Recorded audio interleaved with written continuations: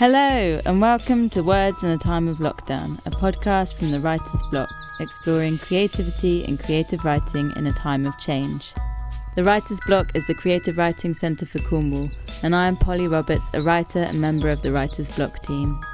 This season I'm talking with writers living in and connected to Cornwall. We hope you find some warmth and inspiration in what you hear.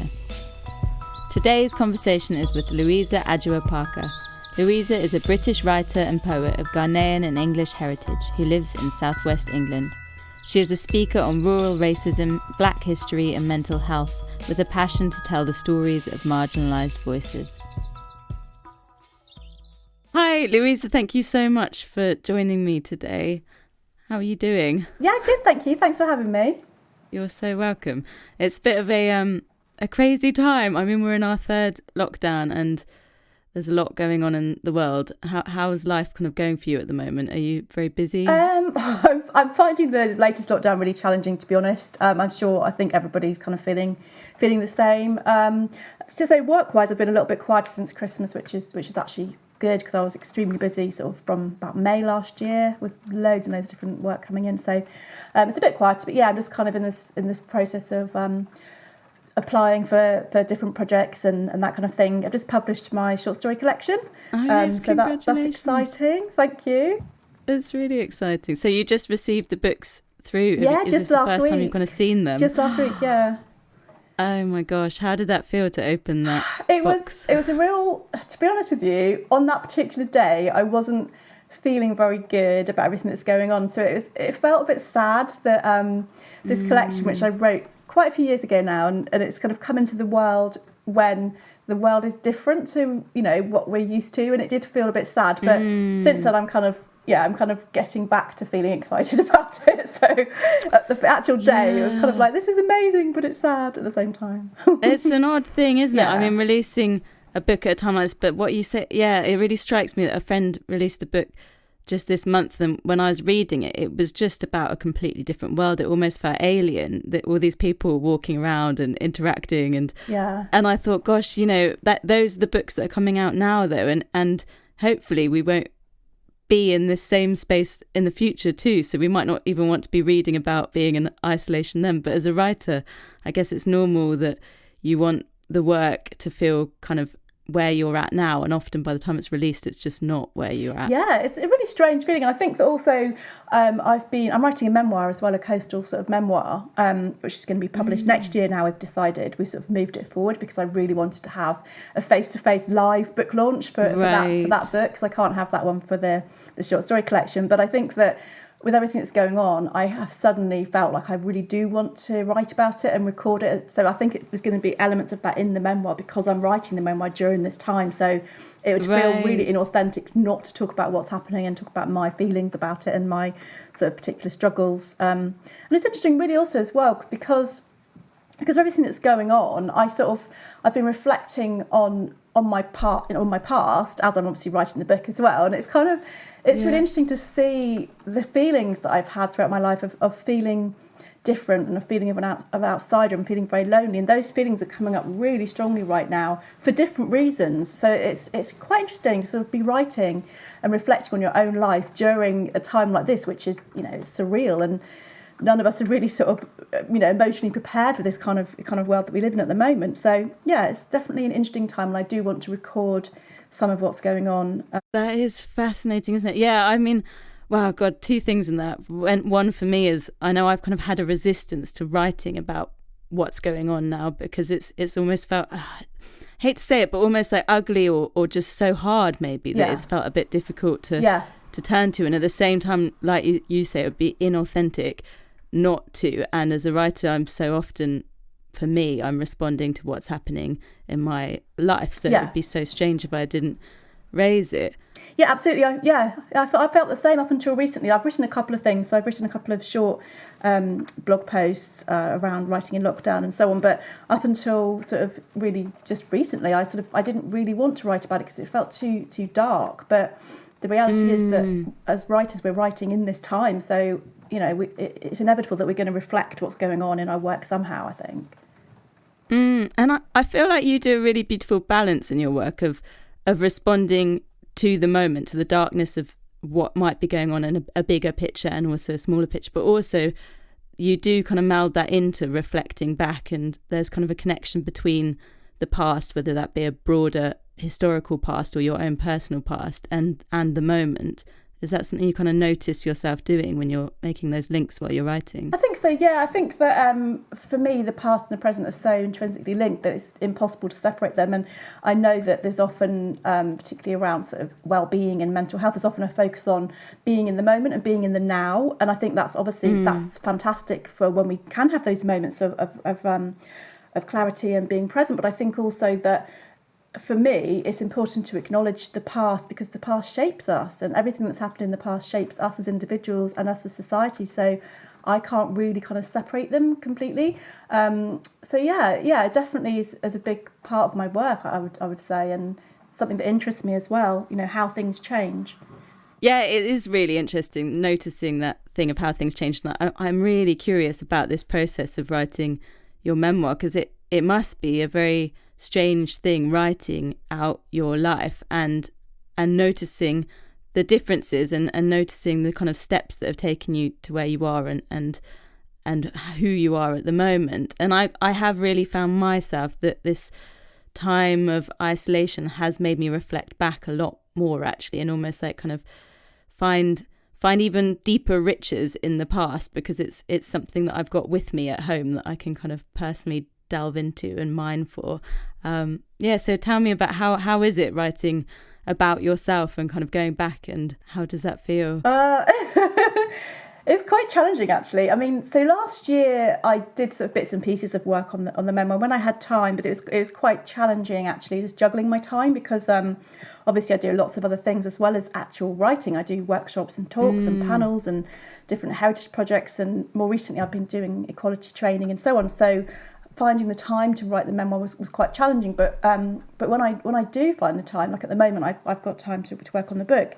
When I do, it can be quite upsetting, really, because I'm looking at my past, partly through memory, but also I've got some diaries from the 1980s, and I recorded it, sort of everything that happened to me as a teenager living in Devon, and looking back through a nearly 50-year-old's eyes, everything. I question everything. Wow. Like even, for example, recently I've been reading about starting a new school. So I went to the Steiner School in Dartington for a couple of years, and then unfortunately they couldn't keep our class on, so we had to leave and go to Kevix in Totnes. Oh my gosh. So what I'm writing about at the moment is that experience of sort of being basically chucked out of one school into another one, which is very different, and having to adjust to the state system, having been in a different sort of culture for a couple of years, and just some of the ways that the teachers spoke to us as children in the 80s is actually pretty shocking now, reading it through my eyes. So it's interesting, sort of. At the time I was 15, 16, I was aware of these things, but now it's kind of looking back, you're like, oh my goodness, did that really happen? And it's quite sad looking at the ways that people treated me as a mixed race girl. So there were the teachers, not the teachers at Steiner School, actually, because I think it was kind of different there. And the teacher I had particularly, I feel as though he saw potential in me, and he saw potential in everybody. I think he, because we were a very small class of students, we had a good relationship with him, and he knew us really well. So that was different. But going to a state school where you've got much bigger classes, and I was one of the Steiner kids, and we were seen as quite different and alternative, and I was black as well. Yeah. So there was that added layer. So I felt as though I wasn't supported or understood, or I think things would be very different now, for young people going through difficult times. Yeah. But it's really interesting. That is one of the things I was going to ask. I have to raise at this point that I actually was a student at Kevik as well. Oh, and, really? I think we spoke about this before, didn't we? I completely remember the moment when the Steiner students would come across. And really? It's something I feel a bit, oh gosh, yeah. And it makes me uncomfortable. Those things where you do look back and you do go, gosh, that was not on, or things weren't okay then. But you're a child, so you're accepting the norm. Yeah, absolutely. And for me, I remember the Steiner students coming over. It was like, ooh, who are these interesting people? Everyone was talking about it. And then there are other various groups that I now think, gosh, I can't believe people including teachers and adults, were talking about these people in these ways. And there were only 2 black students in the entire school the time that I was there. And I do hope that do you feel like these things are changing? Yeah, definitely. Well, just go back to that. What year were you at Kevix then? Or Kevik as it's now known? So I would have left Kevik in 2005. Oh, so that was quite a few years after I left. Yeah, it's interesting that it hasn't changed that much in that time. No, in that case then. Really, yeah. Yeah, because when I was there, I think there was me and one other mixed race boy, as far as I remember. Right. So yeah, that's quite, so I left I got asked to leave in 1990, the beginning of 1990, I think. Right. I was in sixth form at Kennicott, and I'd just left home and I'd moved into a squat, and I really wasn't working. I was trying, but it's very difficult when you're in that environment. And the school sort of, gave me a last chance, and I did try really hard and get my work in, and then it was just no good. And my friends from Steiner went and sort of begged them to let me stay, and they just said no. And I just remember leaving and just being sort of thrown out into the world. It was it's really sad. Yeah, I've been thinking a lot about Kevik recently, and I'd love to go back, just go walk around the school, or I'd love to go back and just talk to the students about my experiences. I really would, because I think when you're an adolescent and you're having a difficult time, these years, they're so formative, aren't they? They, all these things really shape you as a person. And my experience of being in Totnes and being at different schools in Totnes have really shaped me, and I'm partly the person I am today because of those experiences. Is this part of what spurs you on in your writing, to kind of share your experience in the hope that potentially someone else might be able to hear and learn from it as well? Yeah, absolutely. I think the reason I started writing really was I started writing poetry and articles first of all in my kind of late 20s, and the whole reason was really that I wanted to talk about racism and how it feels to be a black person, a black teenager living in Devon, which is like so unbelievably white, or it was then when I lived there in the 80s. Yeah. So I really hope that I kind of want that human connection. So I want a white person to read my work and think, oh, okay, and try and relate and try and understand, because obviously as a white person, you're never going to completely understand how it feels to be black or mixed race in Devon or in the West Country. But I'm really hoping that there'll be something that people can connect with. That's what I really hope to do, that there'll be that understanding, something will resonate. Because even if you don't have the experience of being a black person, a woman knows what it's like to be born a woman and be treated accordingly, and through life. And yeah. I just hope that there's that sort of understanding, and that people will perhaps understand that everyone's got a story to tell, and the choices we make are not always, it's not a level playing field. We come from very different backgrounds. Some people have a lot more privileges than others. Some of us have a lot more barriers, a lot more hurdles to jump over. So it's kind of wanting people to understand that, really, that we're all different and we all have very different stories and come from very different places. Yeah, I mean, it really strikes me, this thing of the fact that we kind of only hear the stories of the people who have the opportunity to tell them, but that's not to say those are the only stories. And I was really struck by I read an interview with you from Literature Works from a while ago, I think it was, and it had a line in it where it said that you were in a sociology lecture that was about graves of the 18th century, and it mentioned these black people's graves in Devon, and that you thought, but I was the first black person in Devon. Yeah, I did. And I just thought, gosh, wow. I mean, that must have really suddenly pushed you to be like, hang on, what are these stories? Why haven't I heard these stories? People need to hear these stories. Yeah, totally. That moment changed my life, really. I just remember it really clearly. It was a sunny afternoon, and I had this Scottish lecturer teaching us on racism and migration, and I found it so fascinating. And then when he said that about the gravestone in Devon, I was just like, it just kind of blew my world apart. It was kind of like, really? Like, I didn't even know that Britain had any black history. Wow. I genuinely thought, so I'm 20, how old am I? I'm 30 years old, I think, when I sat in this lecture. I genuinely believed that I was one of the first mixed race people in this country. Wow. I knew vaguely about Windrush. I didn't know anything about the Second World War and African American soldiers and anything at that point. So I genuinely thought that black people had only been in this country since the 1950s, and I was one of the first kind of, part of a sort of social experiment of, white and black people getting married and having children.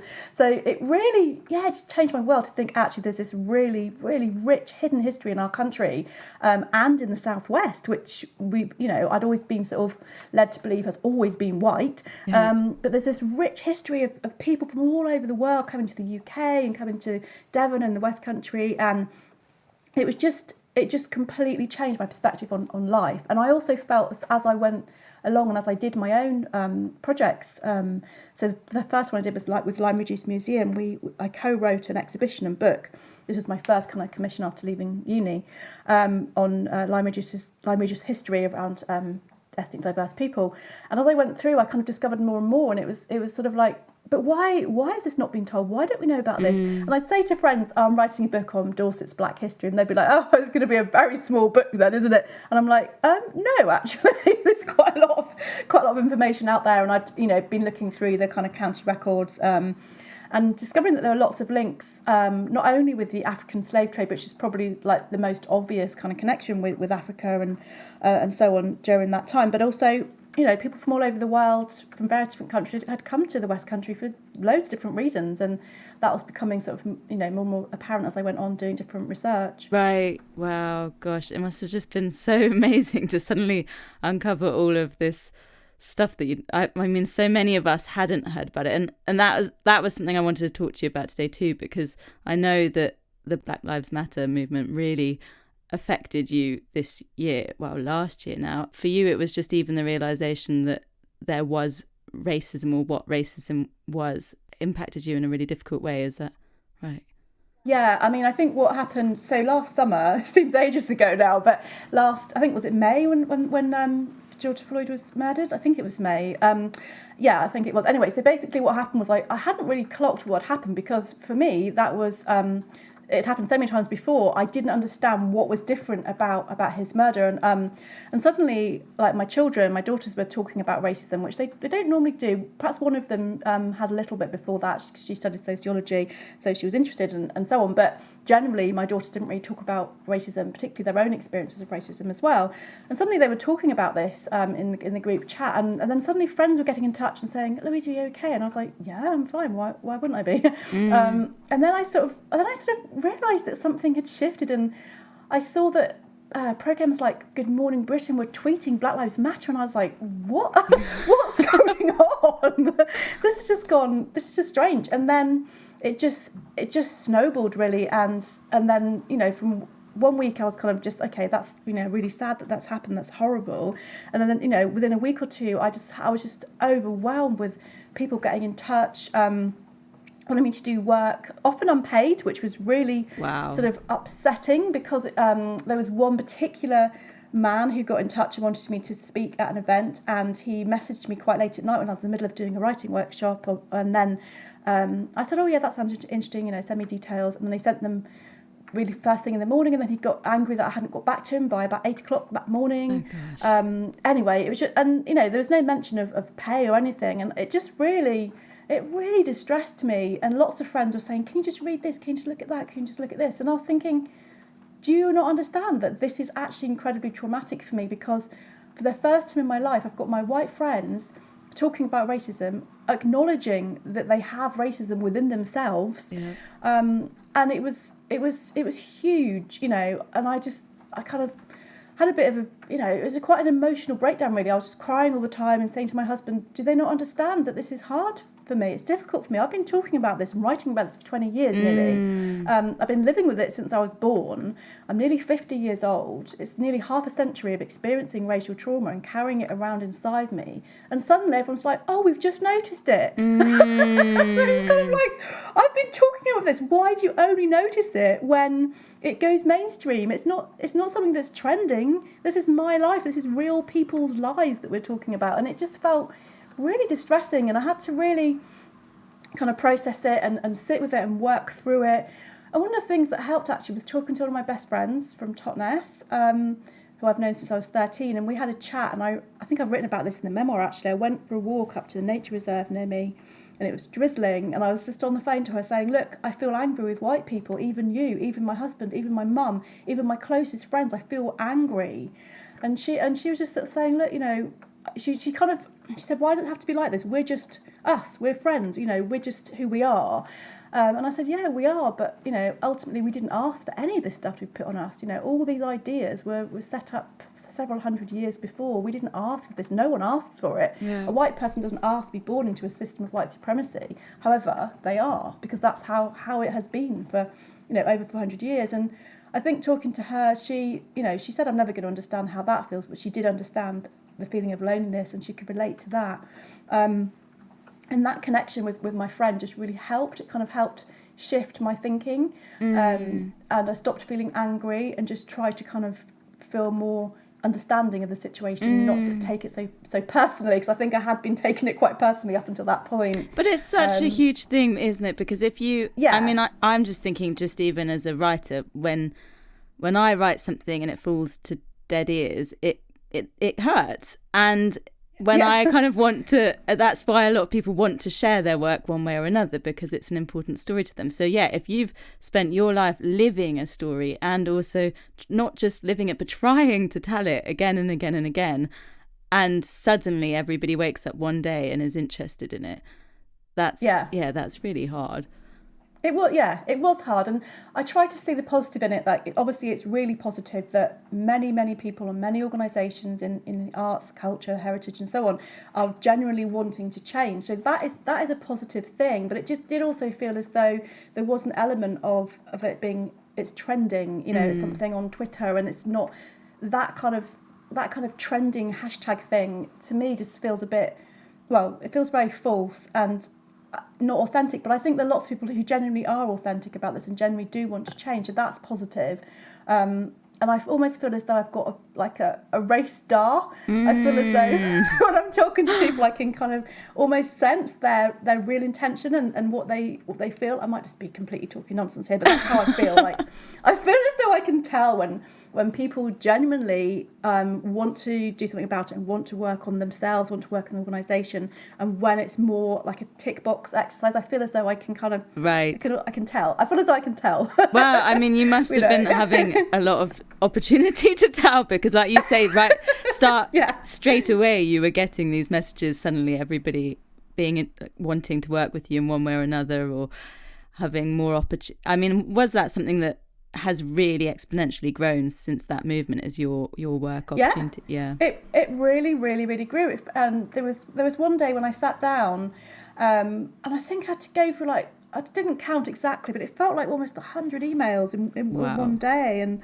so for a period of a few, I don't know, it's more than a few weeks. It's probably like a few weeks when I had the really crazy amount of people getting in touch, and then it did calm down. But it didn't ever completely let off, and it felt as though it's a good thing, obviously, but at the same time, I'm only one person, and there's a limit to what I can actually do. So I'd really like to this year try and do some mentoring and training of young people across the Southwest who could then take on and do some of this work, because I think it's really, really important work. We're always going to need it, even if we do get to a point where we've kind of eliminated racism, which I can't see that happening kind of like now, but we might get to that point at sometime in the future, but we'll still need to have awareness. We'll still need to look at the history and say, this is what happened. I mean, we need to make sure it doesn't happen again. So I think there'll always be that need for people like myself writing and talking about what's happening or what happened. It really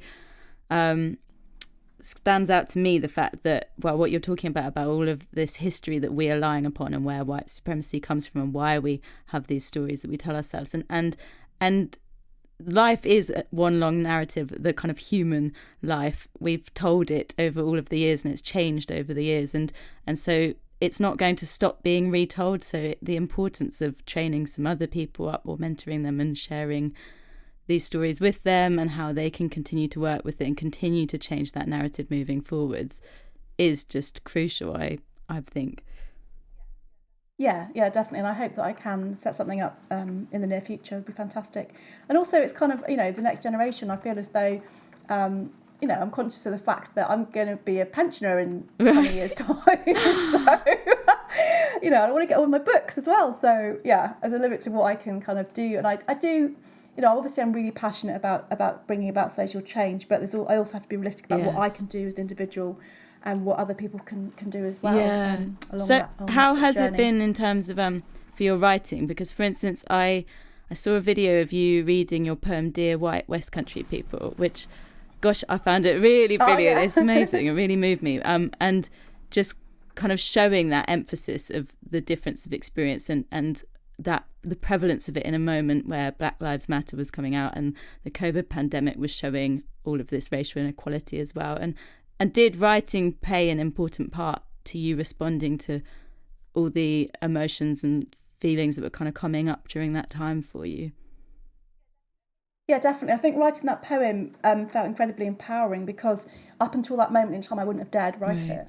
I would have felt too scared to say that to my white friends. And over the years, I've tried to say things. I've tentatively shared stuff on Facebook, and, you know, often there's the kind of, oh, but white people get that too, or, oh, I experienced that when I was travelling around Asia, or, you know, there's always this kind of like reverse racism argument. Or there was once I shared an article which I hadn't written.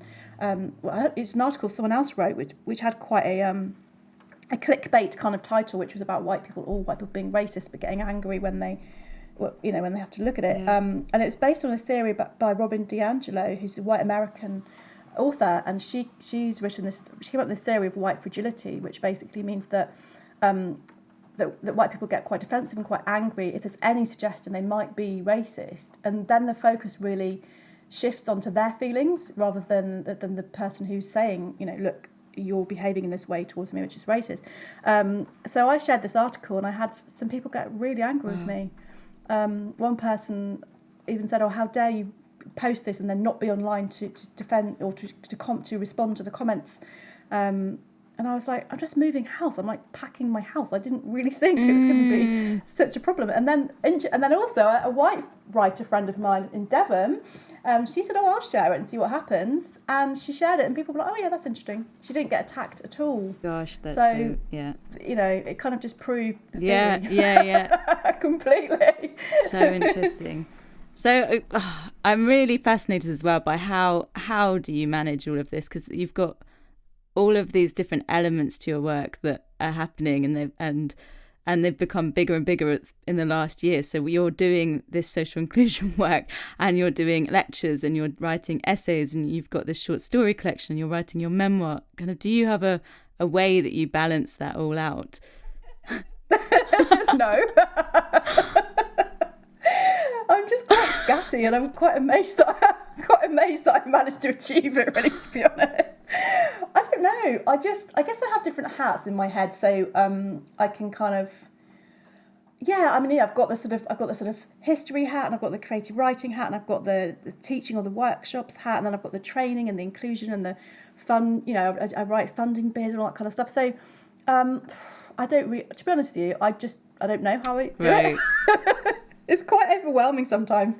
And I was working incredibly hard last year without much of a break, really, apart from when my daughter had my grandson. So I did try and take a couple of weeks off, but it wasn't very relaxing because I was actually working. And then also waiting for baby to come was quite stressful. So I didn't really have a break. And it it kind of got to the point where it just felt like, okay, I need to get better at managing my workload, really. But it's challenging because it's really hard to say no when you're a freelancer. And because I love the work, like I love what I do, it's really important to me. So it is tough, you know, it's tough balancing it and juggling it.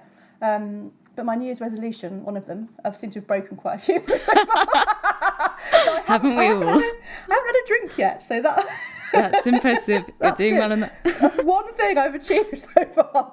One of my plans really is to just get more organised and focused on my work stream, really, so that I can manage it better. Because I think that when you've got like 10 or 15 different projects or different things on the go, I mean, I hope I still delivered good quality work, but it just felt as though I was juggling quite a lot, and I felt quite overwhelmed. So I think it's important for me to, like all of us, to look after my emotional well-being and kind of not get that feeling of overwhelm because there's so many different things going on. So I think it's more about learning to pace and just kind of, you know, there are going to be times when I have to say no, even if I don't want to, I think. But that's a huge thing to learn, isn't it? I mean, it's really difficult as a writer. One, I find for myself, when I get into a project, I find it hard to pull my head out of it. And I can kind of forget about all those basic things, even, I don't know, going to make some food for myself. It's like, no, I can't do that. I'm in the middle of writing this thing. But also just the not knowing where the next projects might come from. And I mean, how have you ended up in this place? Because I know it's really difficult anyway, making it anywhere in the writing world. And then I know that you've talked about difficulties of intersectionality, like creating even more problems of that. So how did you kind of find your way? I think I did a talk about this actually last year, which was about my journey as a writer, talking about intersectionality and the barriers that kind of I've overcome, because I think that there have been a lot of barriers and a lot of challenges along the way. And I suppose I just kind of kept going, you know, and I suppose I must have at some level believed in myself, even though I really did struggle with confidence for a long time, even up until last year. I'd still have that imposter syndrome thing, you know, that writers, well, we all get that, don't we, to some extent, but I kind of, it's only last year that I started thinking, okay, actually, maybe I'm onto something here. Maybe I am good at what I do. And that was the first time I'd really thought that. So I really struggled with lack of confidence. But I guess, like I said, I must have somehow believed in myself at some level that I had, you know, I had a story to tell, and I had stories to tell, and I wanted to tell the stories of marginalised people, not just people of African or Asian heritage, but just, you know, people who've overcome and faced loads of challenges, because in the Southwest there's so much hidden sort of deprivation that we don't really see, like I don't know, in literature or film or whatever. And I think that, well, when the West Country is represented on TV, it's very quite strange. They always have like a generic Bristolian accent that everyone speaks in across the whole West Country. And it's like, what? We don't all come from Somerset. Anyway, but I think that I kind of want to not only tell my own stories, but also support other people and inspire other people to tell their stories as well, because there's so much diversity, so much richness in our part of the world, and so many different stories to tell. And it's important to have that diversity of voices in literature and across the arts, because, you know, just having one kind of set of experiences it's not human. It's not. There's more to being human than just being, you know, belonging to one sort of group of people. So I think it's really important, and that, I guess, has kept me going as well. But it's been tough. It's been really challenging. I live with mental health conditions. I spent a few years really unwell with chronic fatigue or ME. Well, that's what I was diagnosed with. I don't even know if it actually was that. Right. But I spent a few years where I couldn't really get out of bed, couldn't walk. So that was challenging, and I had to kind of look at my health and rebuild my health, really, and learn about supplements and diet and all that kind of stuff. So that was challenging. But I think I kept going. So I believe in what I do, and I think it's important. It's been tough. That's though. Incredible. Wow, I'm so glad you are keeping on. I mean, I'm really, moved by also how you write about all of these experiences yourself. So your work really is so personal and very raw. I'm getting the impression that that's coming from the place that you always have written to process some of the stuff that's going on for you. But how has it been then kind of sharing that with the world and having people respond to that? It can be quite scary. So when I wrote the Dear White West Country People poem, the night before I was filmed reading some of it by BBC South, and I went down to this beautiful couple of places in Dorchester and Maiden Castle and down by the river. So I met this lovely journalist, and she recorded me. So the night before it went out on TV, I was really anxious, thinking, what are people going to think? Like, what are my white friends going to think? What are they going to say? And I was really nervous. But there were some negative comments on the Facebook page, but I just didn't really go through all those. But for my actual friends, the feedback was positive, so that made me feel, okay, this is okay. But I think I am just really open, like it's almost like pathologically honest. I can't help but just share these really personal experiences with the world. I don't really know why I do it, but I just do. I suppose I must find it at some level healing, I guess, just being really, really honest and saying, this is what happened to me, this is what can happen to other people. And it is scary, it's daunting. And writing the memoir, I had a chat with my publisher yesterday, Little Toller Books, and I said, look, I'm really struggling with the feeling of exposing not only myself but my family, you know, and I'm writing about people that have passed away, and obviously their families might read the book, and I think I'm worried particularly about what my mum's going to think, because, you know, she's been pretty good so far, but I know that she's quite anxious about me exposing, you know, our family and our past to the world, and she's understandably worried about it. But I was saying to my publisher, you know, how can I tell my story and be authentic without bringing in other people's stories and, you know, making them feel exposed or possibly upset by what I'm writing? And he said, well, it's quite difficult. You know, all writers have this struggle, but I think with me, because I am very open and honest about everything that's happened, it's challenging, because I don't want to upset anyone. You know, I definitely don't want to upset any of my family or extended family, and I know that I have done in the past. But yeah, I don't know, it's really hard. I kind of see it as almost like a price that has to be paid if you're going to tell your truth. It's hard, and it might hurt some people, but otherwise, what would I do? I'd stop writing if I didn't.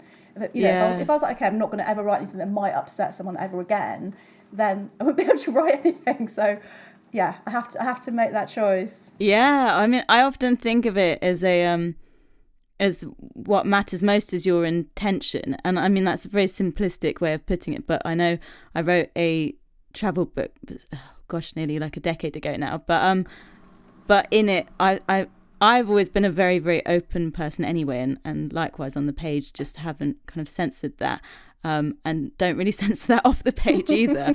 And then often, but I will kind of have that later moments where someone's responded in a particular way, and I suddenly think, oh my gosh, did I? What do people think? But it's the thing of the impact on other people that is, at that point I wrote that book, I was perhaps just too young to really think about it. And I did change names, and that was a privilege I could take at the time.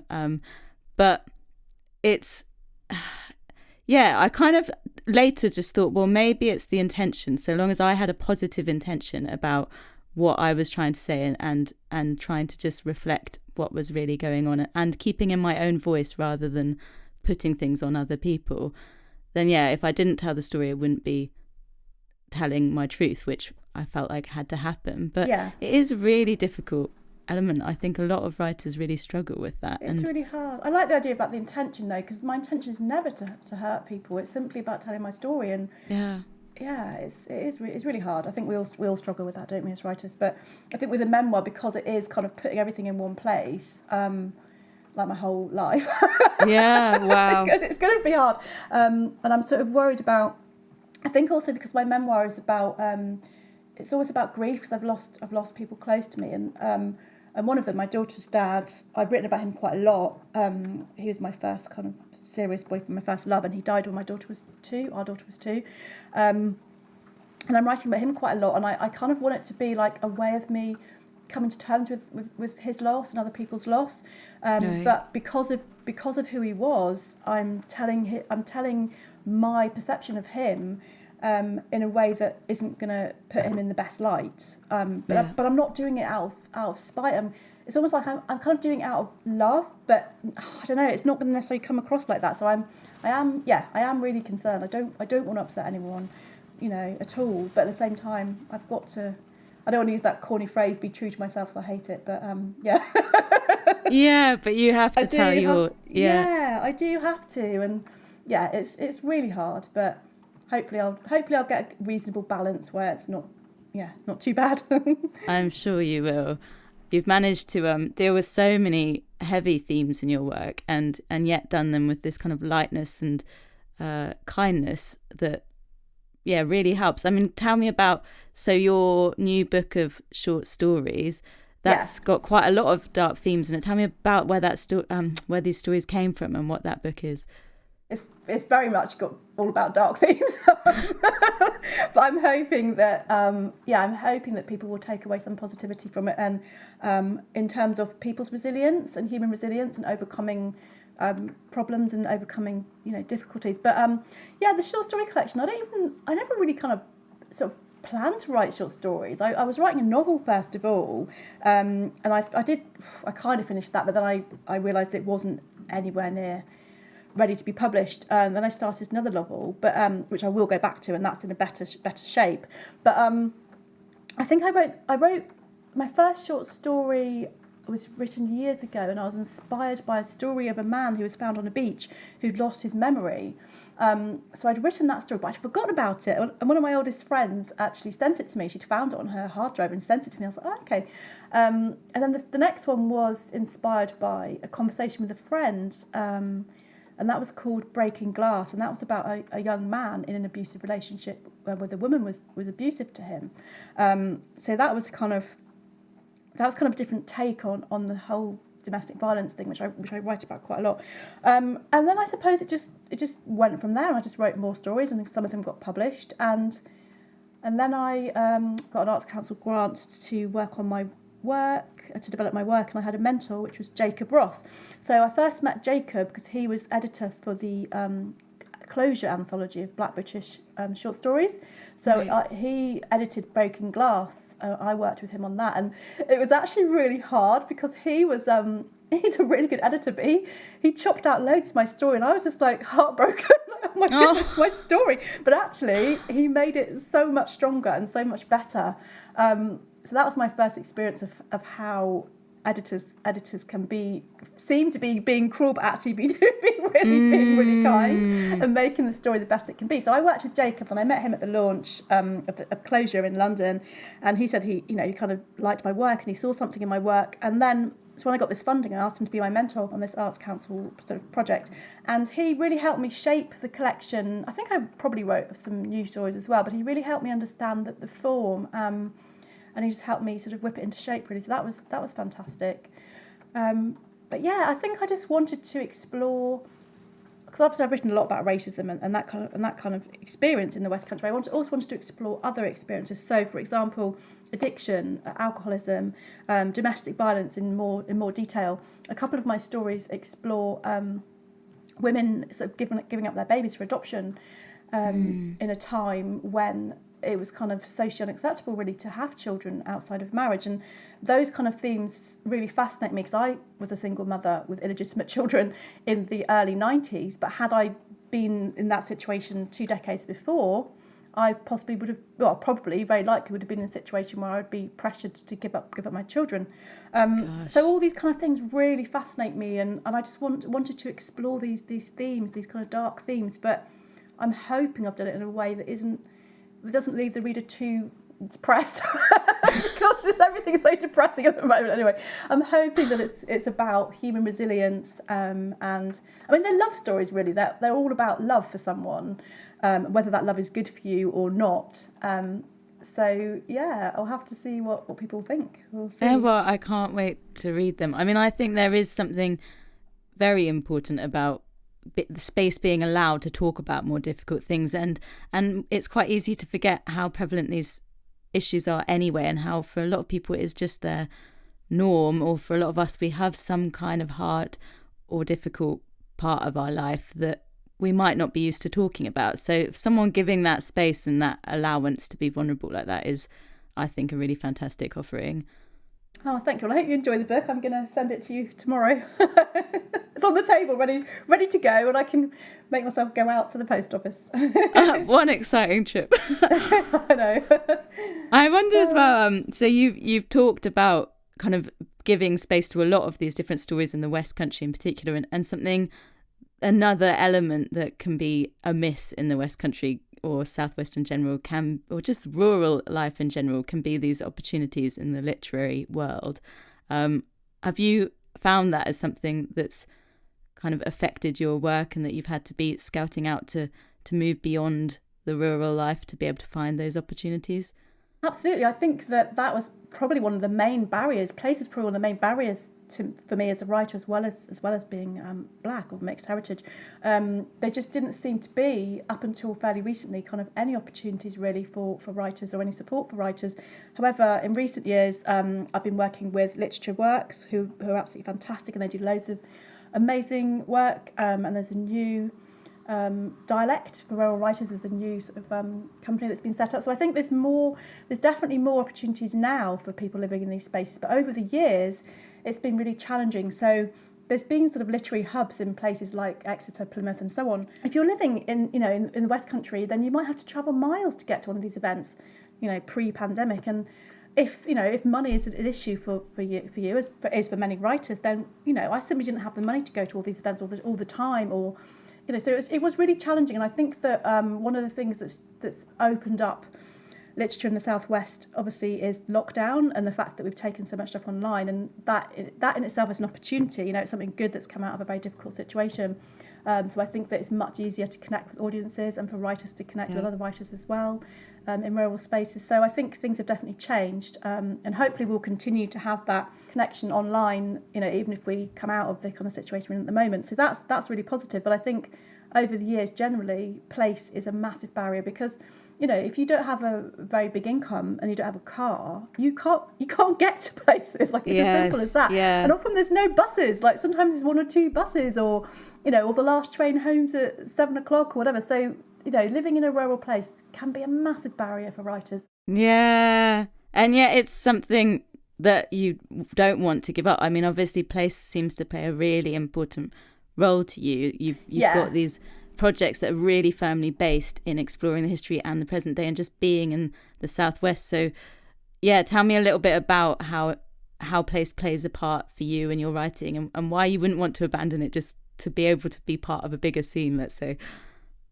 Well, I love the West Country. It's my home. It's beautiful. I absolutely think it's the most beautiful part, of the country that I've spent any time in anyway. And I love it. It's stunning. But the landscapes and seascapes here are just beautiful, and the countryside is beautiful. And for me, nature is really, really important. And it's one of the things really that helped me through the first lockdown was getting out into nature and being in those spaces. So I think that even though there's been lots of times in my life when I've thought, should I move to London? Should I move somewhere where there's more going on for me and for my kids? The reality would be that I was living on a council estate. The reality would be I'd have to swap to live in an inner city council estate, which I have no preparation for. I wouldn't be able to deal with the reality of that kind of that life, because it's different. It's very different living in those spaces, and I'm not used to that. And I just didn't want to give up my home. I didn't want to drag my children away from their school, their friends, their home, their family, just so that we'd have more or different opportunities. So even though there's been that constant kind of it's been a constant sort of battle in my head, really, is when I go to London, for example, or Bristol, I sort of think, what would it have been like if I'd lived in a much more diverse community, and what opportunities would I have had, and maybe I'd be like a really super famous rich writer by now. But the reality is my life has been what it's been, and I wouldn't change where I've lived, because I absolutely love the Southwest. It's stunning, and even though it's been challenging because of the lack of opportunity and because of the kind of attitudes around race and diversity and so on. It's very much a part of who I am, and very much a part of what I write about and why I write. Yeah, I completely hear that. I've got a couple more questions, and then I'll let you go on your way. One of the things I wonder if you have any advice for is letting go of projects. So it sounds like you were talking about a novel that you got most of the way through, and then went, actually, maybe this isn't in a publishable form, and you've talked about all of this body of work that up until very recently wasn't heard, and then suddenly everybody's keen on it now and wants to hear more, and you've got all these new projects. But how do you deal with the kind of loss of letting go of all the old stuff, all the old material that never got released, or yeah? That's a good question. So with the novel, the first novel was it's basically about this young girl who's of mixed heritage living in Devon, and it was really about her hitting back against a violent stepdad. And I think that the idea for it came from me wondering what things would have been like in my own family if my dad had stayed, because my parents split up when I was 12. And I've always kind of wondered what it would have been like. And, because sometimes when children get older, they're not prepared to put up with the violence anymore. They're not prepared to watch their mum being abused, and I kind of wondered what it would be like for someone to actually hit back against this abuser. So that's where the idea for the story came from. I wrote and wrote for ages and ages, and a few friends had a look and thought it was good and so on. But then I think I worked with, I completely forgot her name now, sorry, as a writer I worked with as a mentor, and she didn't really understand the whole thing about racism in the Southwest, and she sent me an email saying, I think it's very unrealistic that this black guy in the 90s would have experienced racism in a nightclub. I was in Devon with my friends and we didn't experience any racism, and I sort of sent her a long email pointing out that, this is my lived experience. If she wanted to look at all my other work, I believe it's actually authentic. Yeah. And she apologised. And then basically she kind of, pointed out there's a lot of things that needs to be done with this novel, and I sort of looked at it and thought, yeah, it's not what I want to be out there as my first novel. It's not publishable at the moment. So it might be that I revisit it, and actually some of the story has been put into the short story collection. Right. So this character appears in the short story collection in a couple of stories. So I haven't completely let go of the story. But I think it was just a case of being realistic. It feels sad that I spent all this time writing this and it's not really going to be out there in the world. But I've learned a lot through it as well. And the character is having her voice heard. So I'm happy with that. Yeah. No, I mean, that's two really important parts of it, isn't it? It's all a learning curve. Every time you put pen to paper, it's part of the learning process, and that will immediately feed into whatever comes next and play part in that. But also, it is nice when there is an opportunity for the voice to be heard one way or another. And that was my final question, really, is you mentioned earlier about performing and missing that face-to-face performing and sharing your work, and giving, I think there's something about having the place where you can speak your work aloud. It's not every author likes it, but from what I've seen of your readings, there's a lot in your voice and in you reading your work as well. And I wonder, how is performing to you? What does that bring to you? And why is it that you particularly are keen to get back to in-person? I think I just love that kind of those moments of connection where I'm reading something to an audience and they're kind of, I'm seeing an emotional response and my work's resonating with them. That's, you can't really, even though I've obviously enjoyed doing the stuff on Zoom and so on, it's not the same. The first thing I did actually was when I was commended by the National Poetry Competition last year. And we were meant to be going to this award ceremony in London, and I was so excited, and I chose my dress, and it was all like, oh, this is going to be so amazing. And then it was cancelled because of COVID and lockdown, and we did an online event instead, which was amazing. The fact that the organisers pulled it together so quickly, and there was some absolutely stunningly beautiful poetry was shared. It was really moving. There was a lot about grief, my poem was also about grief, and it seemed really to fit with what was going on. But afterwards, after we did the session, it was that first day of clapping for the NHS, and I went outside, stood on the step, and I just cried. I was just like, what is happening? Like, I was so looking forward to this award ceremony, and we did it online, and that was great, but seeing people through a screen, it's not the same. But then, you get used to stuff, don't you? I've got used to doing stuff online now, and I think you can connect with people up to a point, but it's not the same as actually being there, sharing your work, sharing your voice with people who then come up to you afterwards and say, that really resonated with me, or thank you for doing that. And it's just, nothing can really take the place of that kind of performance.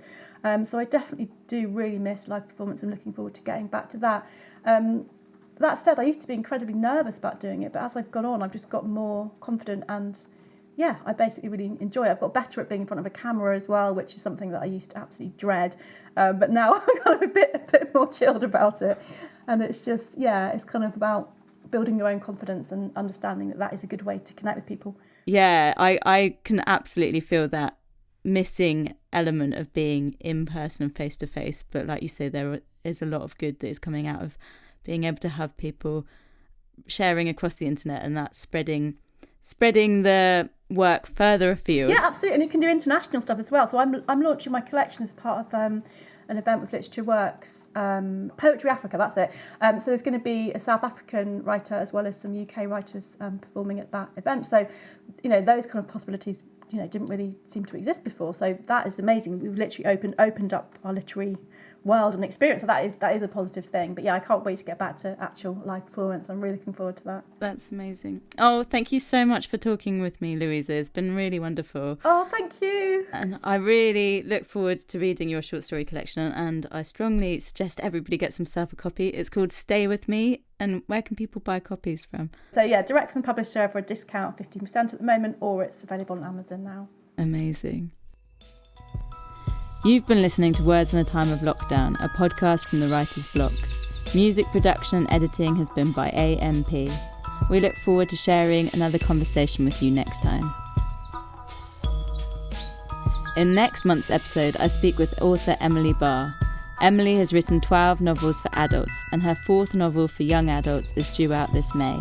This conversation had me smiling throughout. Emily has such a fresh and fun attitude towards writing, and I can't wait to share this with you. Hit subscribe and like to support us and hear when the next episode is released.